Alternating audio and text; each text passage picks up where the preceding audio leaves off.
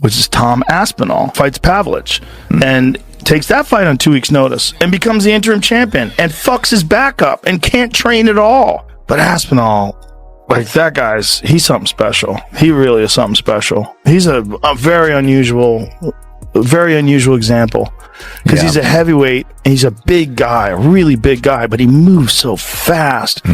And his coach, Colin, I forget, it's from Cabal, this gym that he trains at in the UK. Colin Huron, he trained Darren Till. Colin, from the early days of the career, was like emphasizing his speed, and so his speed has always been like extraordinary compared to other heavyweights. Like he just fucking moves in. It's all like fast, explosive movements. So he's got natural speed, but then he's also got a lot of training to execute quickly. So when he moves in, he closes the gap. You can see like fuck, he's fast for a big guy. Right. Joe Rogan just responded to Tom Aspinall's completely destroyed new body. Is so much different than everybody else in the sport. Like Google, let's come up with a good Aspinall fight.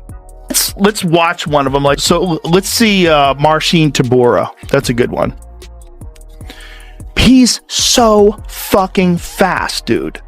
The Andrei Arlovsky fight, you can see that's pretty fast too. We'll put the Tybura one. It's the left-hand side. Go above that to the left. Right there. Click on that. No, but it's going to be just click on it. I can't control this. That's fine. That's fine. I just want to show his movement. Look how fast he moves in. I mean, that guy's so fucking fast. Yeah. He moves like a 175-pounder. He doesn't move like a 250-pound guy. Look how quickly he closes the distance, man. His hand speed and full range of skills. Incredible stand-up, knocks guys out with one punch, black belt in jiu-jitsu, really good wrestler, his everything, and he's young. Feels good to just have something to work towards after having a year of not having something to work towards. I've always been in the gym, but it's nice to have a goal, have an opponent. This fight in particular has been simmering for quite some time, so looking forward to getting in there and doing the job. I just want to be a champion who fights often, regular, and fights the best guys. I don't want to be these guys who fight, with big breaks in between, because that's what's happened. Nothing to do with me. I'm ready to put a stop to that. Be active, be an active champion, be a defending champion, and fight the best guys. He's the number one contender, so I think that's what champions should do, is they should fight the number one contenders. I'm the champion. He's the next best guy. Let's fight and find out who the best guy is. That's the way it's supposed to go. Cyryl's a really good opponent. He's really unique with his style. I've never fought anyone like him before. That being said, he's never fought anybody like me before. So let's get in there, see what happens. That's what dreams are made of, isn't it? That's what I got into this sport to do, is to be the UFC heavyweight champion. To walk out there, last on the card, everyone's waiting for me, walk in there, put in a big performance. When I was a little boy putting the gloves on for the first time, I was thinking about this kind of stuff. So I always have to keep reminding myself this the whole time, is like, all the pressure, all the titles, all the fans and all that aside, I'm here doing what I love. I'm here doing what I dreamed of, and looking forward to going and doing it. The MMA community is obsessed with the new body. The stress, excitement, and adrenaline surrounding Tom Aspinall versus Ciryl Gane has reached a boiling point as Fight Week officially begins, and UFC 321 is just a few days away. Tom Aspinall seemed to be in the best physical condition of his life. Terrifyingly focused, explosive, and lean. According to fans, this is the most extreme kind of Aspinall that we have ever seen. Every muscle appears tighter, and every movement is more accurate. This is more than simply a physical change. It's a conflict of the mind. He is making it very evident that he is prepared to rule the heavyweight class.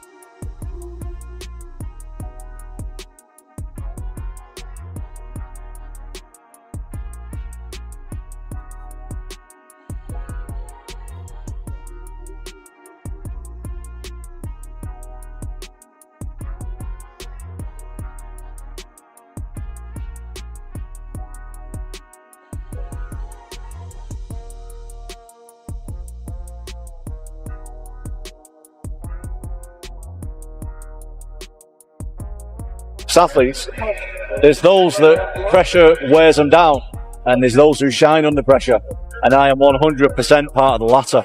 But that being said, it's not just me who's under pressure. It's his third title shot, mate, and he failed the first two. So yeah, there's definitely a lot of pressure on me, but there's also a lot of pressure on him. There's pressure on both of us.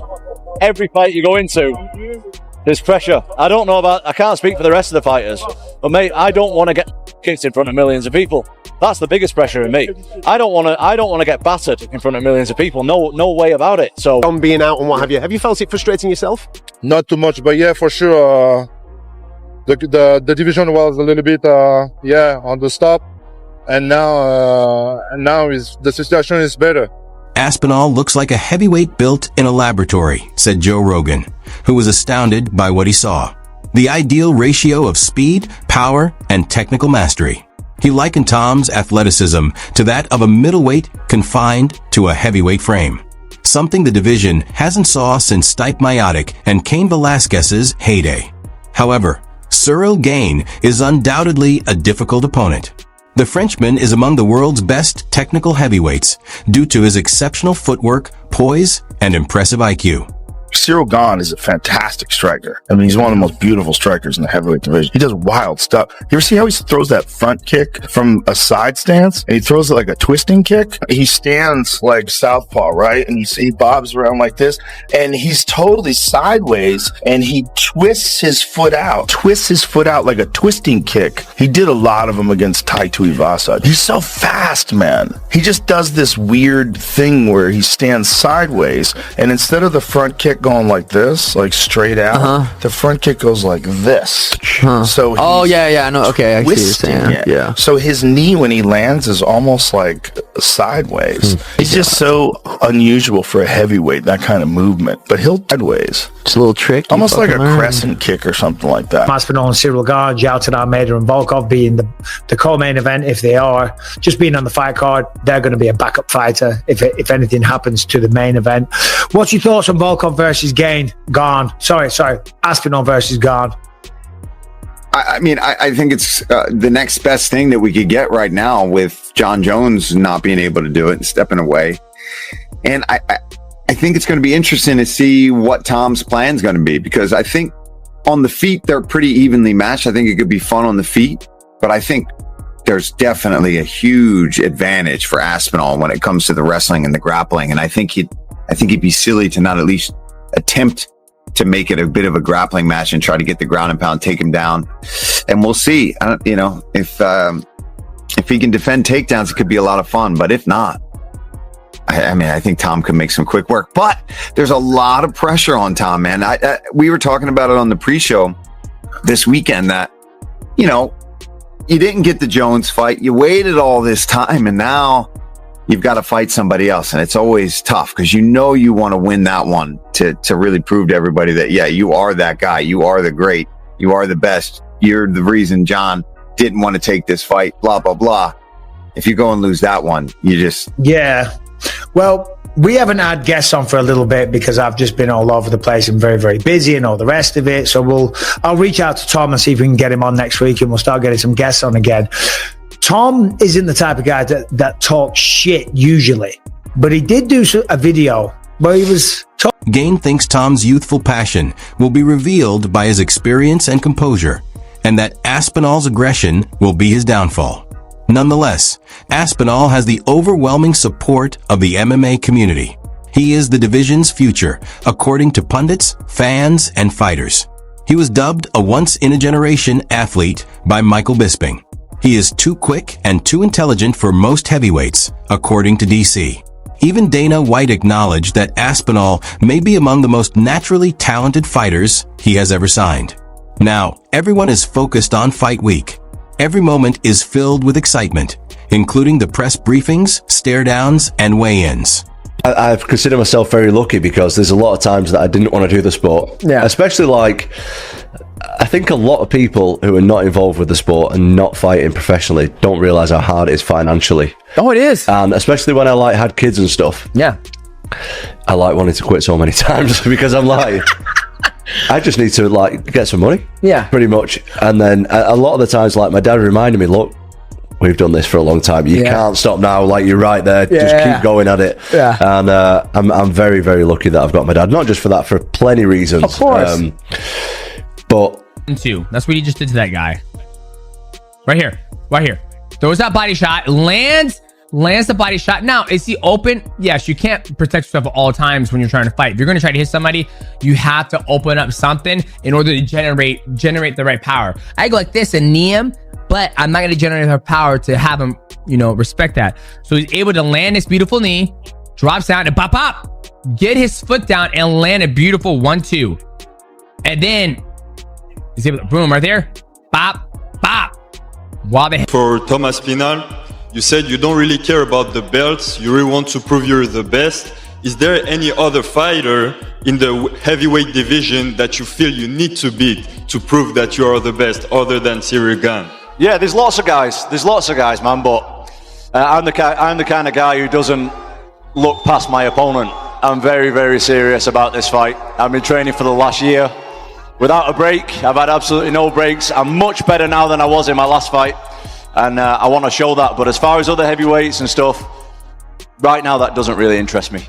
John Jones is retired, so I don't really have much to say on that, to be honest. So I'm fighting this guy, and this guy's really good, so I'll be as ready as I can be. Tom Aspinall just seems to be far ahead of all of them. That him and Gane's fight is going to expose a few things, because Gane might be the only guy in that heavyweight that might match him speed-wise. Tom? Yes. Tom is just going to do exactly what Kamzat did to DDP to him. We all know that Gane doesn't have but funny enough, Tom never really wrestles. Does that. No, he does wrestling, but he doesn't wrestle like that. He wrestles to find a finish. Yeah. It might not be like a dominant wrestling the way Kamzat was, but he's going to utilize his wrestling skill against Gane. Tom is a smart fighter. I hope Gane does something, like he's able to do something, because like throw a knee out of space or what. Aspinall's wrestling is not very aggressive like these guys. So if he's able to stuff if 1 or 2 takedowns and then keep it on the feet, he might have a chance. It's palpable in the atmosphere. This time, the energy is different. This matchup feels momentous in some way, like a real-time change of the guard. Aspinall is aware that a decisive victory over GA solidifies his reputation as the real king of the heavyweights, in addition to earning him respect. Additionally, Alex Pereira is hinting at a transfer up, while John Jones is still unsure. The UFC heavyweight division's whole future may be shaped by this bout. It was perfectly summed up by Rogan. The future of mixed martial arts looks like Tom Aspinall. Hazardous, explosive, humble, and technical. Everything will change if he defeats Ciryl Gane. The world will discover whether or not that prediction is accurate this weekend. Because it's no longer about talking once that cage door closes. It concerns who is the world's most dangerous man. And as of right now, all indication points to Tom Aspinall.